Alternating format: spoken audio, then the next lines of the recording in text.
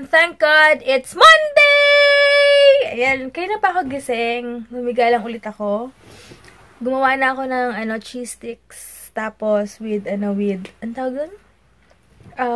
Dynamite pa tawag doon. Kahit walang pork or kung ano man. Basta dynamite. Maanghang na cheese sticks. Para later, may food trip kami ni Heinz. Tapos, wala lang. Last day niya kasi ngayon, tapos mahaba-habang bakasyon kasi nga mag-Holy Week. First time niyang maka-experience ng Holy Week kasi sa buong year sa nag-work siya, simula maging kami, nag-work na siya noon. Sa call center kasi, 'di ba walang Holy Week dun kasi ang sinusunod nilang month or mga ganun sa ibang bansa. Kaya walang Holy Week before talagang as in pag Holy Week. Ang lungkot ko kasi lang ako sa bahay lang sa lolo't lola ko or kaya dito. Tas last Holy Week naman, ilan days lang sila. Ayun, naputol. Ang sasabi ko, tumawag kasi si Heinz. May tinanong siya. Yun, kaya last year, hindi ko rin namin na kasi 2 days lang siyang walang pasok noon. Tapos, pa siya, training pa ata siya ng mga gantong buwan. Imagine nyo. Tapos parang kailan lang. Nakakatuwa kasi sa lahat ng pioneer sa kanila is siya lang yung pinakaunang na-promote. So nakakatuwa. Blessing talaga. And sabi ko nga kay Heinz, una nag-hesitate pa siyang mag-apply sa position na yun. Sabi ko, kailangan mong lumabas sa comfort zone mo, alam mo yung mga ganong bagay. Kasi, wala sino magpupush sa kanya, lahat ng pagpupush, sinabi ko sa kanya, and buti naman nag-try siya. And alam ko naman, syempre, sa bawat partner, diba? Alam natin yung weaknesses ng mga partner natin and kung saan sila magaling, diba? Kung saan sila magaling. Kung sa computer, sabi ko, kung mahina ka sa computer, kasi pinalaki sila talagang hindi sa computer, more on action figures, mga ganyan. May disadvantage and advantages din naman kapag hindi mo pinalaki yung anak mo sa computer kasi parang siya more on books siya. Kaya lang ngayon, nahihirapan siya sa Excel pero may mga taong tumutulong sa kanya. Blessing din kasi talagang sabi niya bahala na, parang hindi ako marunong sa computer pero talagang mapag-aaralan naman. So far so good ngayon pag nag-aayos siya ng mga schedules, ng mga teams niya. Nakukuha niya na and kung paano papadaliin yung buhay niya sa Excel. So, nakakatuwa naman pag nagkukwento siya sa akin everyday ko yung ginawa niya, ganyan. Minsan, may update pa yan, mapipicturean yung ginagawa niya. Tapos, wala, update lang. Nakakatuwa lang din talaga. Kasi, tapos pag may time, talagang tatawag siya kasi lagi siyang mahawak ng phone. Pero most of the time, work mode talaga siya. Natutuwa rin naman ako sa kanya kasi kaya niyang i-balance yung work niya tsaka yung pag-update niya sa akin. Kaya wala rin naman ako masabi. And at least ngayon, nagagawa ko rin yung mga gusto kong gawin. Like, pagtas ng business, alis ako. Tapos, importante sa gabi, magkasama kami. So, yun. Kahit busy kami buong araw. Pero ganun talaga. Kailangan kumayod. Sacrifice din, 'di ba? Hindi lahat din kaya mag-sacrifice, kaya bibihira lang. Kaya swerte natin mga asawa natin talagang kahit na gusto nila tayong makasama. Oo, sige, gusto tayong makasama, wala namang income, titigan lang gutom, 'di ba? So mas maganda na rin talagang sacrifice and nakaka-proud din naman na kahit papaano may progress sa life mo, alam niyo, bilog lang ang mundo, basta may syaga ka lang talaga sa buhay mo. Talagang ma-achieve mo yung mga gusto mo, mabibili mo yung gusto mo step by step. Huwag tayo magmamadali kasi in God's time din yan. Kasi mas maganda yung nakukuha natin yung gusto natin in God's perfect time kasi mas binavalue natin yung mga bagay-bagay. Unlike sa mga madalian mo lang nakuha or talagang pinipilit mo lang magkaroon ng ganito, mahirap kasi walang peace of mind. Mas maganda pag may nabili ka ng something na sa'yo talaga may peace of mind ka. Iba yun talaga. Iba yung joy na mo. Kaya sa mga estudyante dyan na sakto lang, I mean, hindi may mga gusto na wala pa. Pag kailangan lang mag-study ng mabuti and tsaga-tsaga lang, patience lang din talaga. And lahat yan sa tamang panahon and sa mapagpapaguran din natin yan. makukuha niyo yan. Kaya step by step, maganda yung galing ka lang sa saktong life hanggang sa ma-reach mo na yung goal mo kasi mas vina-value mo kung ano meron ka ngayon and mas masarap yung feeling na pag andun ka na sa goal mo, ang sarap ng feeling na ikaw mismo galing sa own pocket mo na tumutulong ka sa ibang tao, may napapasaya kang tao. Iba talaga yung joy na nabibigay sa'yo kapag iba talaga yung, alam mo, nakakatulong ka from your own pocket, magandang bagay talaga. And sarap-sarap ng feeling talaga, ng ganang feeling lang. So, yun lang. Share na naman ako ng kuanik-anik sa buhay. Wala lang. Gusto ko lang kasi sabihin din sa inyo kung ano yung mga nasa isip ko, na-feel ko. Dahil, hindi ko kayang itago. So, yun, pag okay ako, sinasabi ko, pag hindi, hindi. Ngayon, lately kasi, yun nga, may hormonal imbalance ako, napaka-sensitive ko. Si Heinz din, napapansin yun, irritable, pero okay lang. And, kung gusto nyo, kung gusto nyo mag-plan din, like, kung kailan kayo fertile or hindi, kung makokontrol nyo naman, kung di pa kayo ready rin sa mga mag-asawa dyan, kung marami pa kayong goal, or kung ano man, may app na may calendar, turo lang din sa akin to. Lalagay mo dun kung kailan yung first menstruation mo, kung kailan ka medium chance of pregnancy, or kung kailan ka fertile na, alam nyo, may ganong application, kaya malalaman nyo kung kailan kayo fertile at hindi, kung kailan safe at hindi. So, yun. Kasi lahat naman ng bagay, makokontrol natin yan. And, sa amin, syempre, pag dumating na hindi namin na-expect yung baby, okay lang din naman. Pero, mas maganda talaga pinaghahandaan yung mga bagay-bagay. Kasi marami akong na-encounter ng mga tao na merong nakaset yung goal nila. Ngayon, ang ganda ng life nila. Pareho silang mag-asawang kumikita, or yung kung housewife man sila, nakakatuwa kasi yung asawa nag-work, so maganda yung buhay nila, talagang na-enjoy, nakapag-travel pa rin sila, kahit na may anak sila. Maganda yung ganun kasi meron naman din ako mga na-encounter na minadali, na magkaanak, tapos, parang minsan, di sila aware na inuuna nila yung sarili nila kaysa sa anak nila. Sila sobrang ayos, yung anak nila sobrang dugyot, nakakaawa. Alam niyo yung mga ganun, kaya maganda rin talaga, walang masamang pagplanuhan yung bagay-bagay, pero maganda rin yung handa kayo talaga sa lahat ng bagay, sa desisyon nyo, sa mangyayari sa buhay nyo, kasi ayaw nyo ng stress kasi kayo rin naman gumagawa ng life nyo. Kaya, yun lang nakikita ko. Sa sobrang dami ko na-encounter na tao, na may matanda, may bata, nagmadali, tsaka hindi. Alam ko na, tinatapon ko yung mga hindi ko dapat gayahin, or alam kong dapat, or tinatapon ko yung mga mali na alam kong mali. So, ang na-absorb ko lang yung mga makakatulong lang sa future and sa life namin. So, yun lang. Sabi ko namang nasabi. So, later na lang ulit guys. And magto-12 o'clock na. Ayusin ko na rin yung mga dapat ayusin dito bago ako umalis. Yan guys, kotse na ako. Grabe, super init. Iba, kulob na naman siya. Ganun talaga. Tawag ito, punta muna ako ng LBC kasi may ipapadala ko. Kasi kailangan na pala niya before Friday yata. Mag-Holy Week, diba? So, sana may delivery pa ng Tuesday. Sana. Punta na ako sa may LBC muna. Buti na lang may malapit na LBC dito.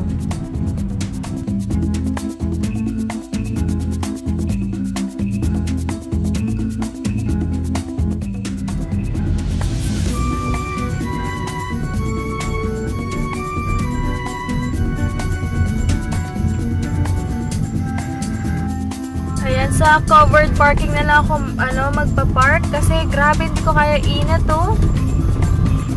Grabe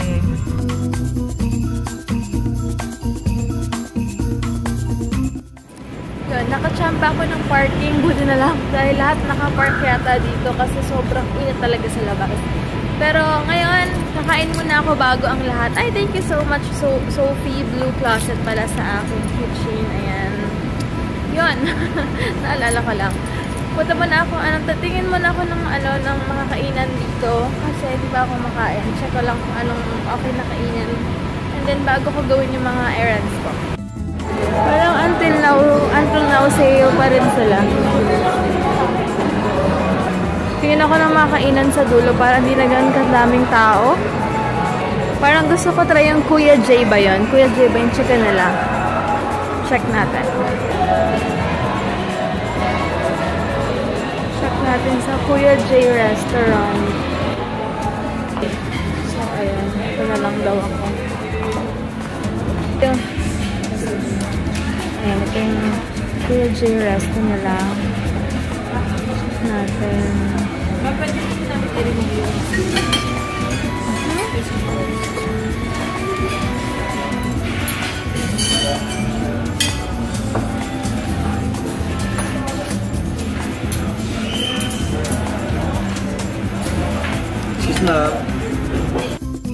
Yes, plain rice lang.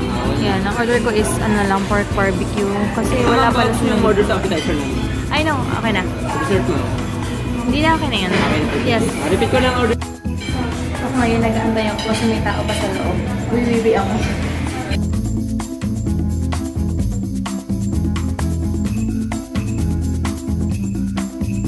So, yan. Ito yung order ko. So, ito yung rice nila. Tsaka ito yung barbecue. May sauce na daw yan. So, pero gusto ko pa rin ng ano, ng suka. Yes. Ito yung gusto kong rice kasi ano siya eh. Ang tawag itong malata. Ayan. Ito yung gusto kong ano, pagkaluto. And maganda yung rice nila dito. Yun, masarap naman yung ano, yung pork barbecue nila. Nagustuhan ko naman. Ayan. Yung rice nila, masarap. Masarap. Kaya lang wala silang wala silang solo meal. Puro talaga good for 1 to 2 or 2 to 3 person. Pero, okay lang. Sarap. May pa rin sale ngayon. Para hindi pa sila tapos sale.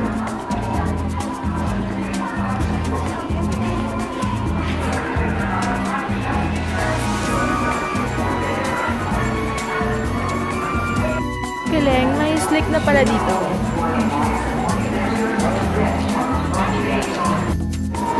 Hey guys, ayan, sobrang nakakatuwa. Alam niyo yun, parang mga unexpected blessing. Hindi ka talaga papabayaan ni God. Basta mag-trust ka lang sa Kanya. Grabe, natutuwa lang ako sa blessing today. Kaya sobrang happy lang ako. Thank you Lord talaga. As super duper thank you Lord. Hindi ako magsasawang ipagmalaki sa inyo guys, si God. Dahil grabe yung ginagawa niyang work. Grabe yung work niya sa life namin. Grabe yung ginagawa niya para sa amin. Sobrang happy lang ako.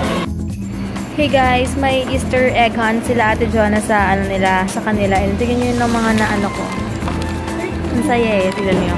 Yan, dami na oh. Excited na ako. Na-excite ako. Si John. Sabi ko, nakikita ko kasi masaya yung mga bata yung nagagawa. Sumbad na may iyakan portion pa yan. Kasi talaga, kasi walang nakuha. Pakita mo yung mga eggs at ayan. Excited na ako. excited na ako. Ayan, diba? Saya. Ngayon, mas masaya kasi marami na akong sponsor. Yes, dati solo lang eh. Ngayon, maraming nang Ayan, tapos na ako maglagay ng mga eggs. Nilagyan ko rin siya ng mga coins, 20 pesos, ganyan. Excited lang. Sa'yo para siyang bata. Parang hindi niya nasubukan maghanap ng itlog. Isang itlog lang ang hinahanap niya. Isang klase. Isang klase, pero dalawa yun. Jackpot na agad. Di pinaghirapan. Hindi ko kasi na-experience sa mga egg hunting. Kaya naiingit ako sa mga bata sa mga Halloween, ganyan. Si Ate Jonat, nagtatawanan ako na kasi tuwan-tuwa daw ako habang nagbabulot daw ako ng kasi para kang bata. Ang saya lang. Super excited lang ako. Titikman ni Good Morning yung yung si Bestie you guys. So, hi ka nga, Bestie, hi ka. Nasa Bohol siya eh. Hi ka. Patulan mo lang yung seryoso yung Can't hear ya. At papatikim ko kay Good Morning yung tikman mo na yung potato balls. Go. Huwag mo na amuyin. Amoy ewan. Wala. Game. Ligtas ba to? Arte mo ah. Game. Huwag na, nawilay na ako eh. Go. Kanong lasa? Kunti lang yung bawang nilagay mo. Ang dami nga yung binawasan ko nga. Ako din. Ang lasa? Maalat or what? Sarap? Sabay talikod. Sarap. Ang plastic mo, ha? Bestie, mag-hi ka nga. Hindi pa nga ganun kalasa. Feeling ko lasang bawang eh. Hindi pa nga ganun kalasa yung Hi ka. Yung naalala ko. Binigyan mo yung ano ni Ivan? Yung paano magluto nito? Tinanong ko, kanina nang binigay. Bestie, hi ka nga. Mag-hi ka sa kanila.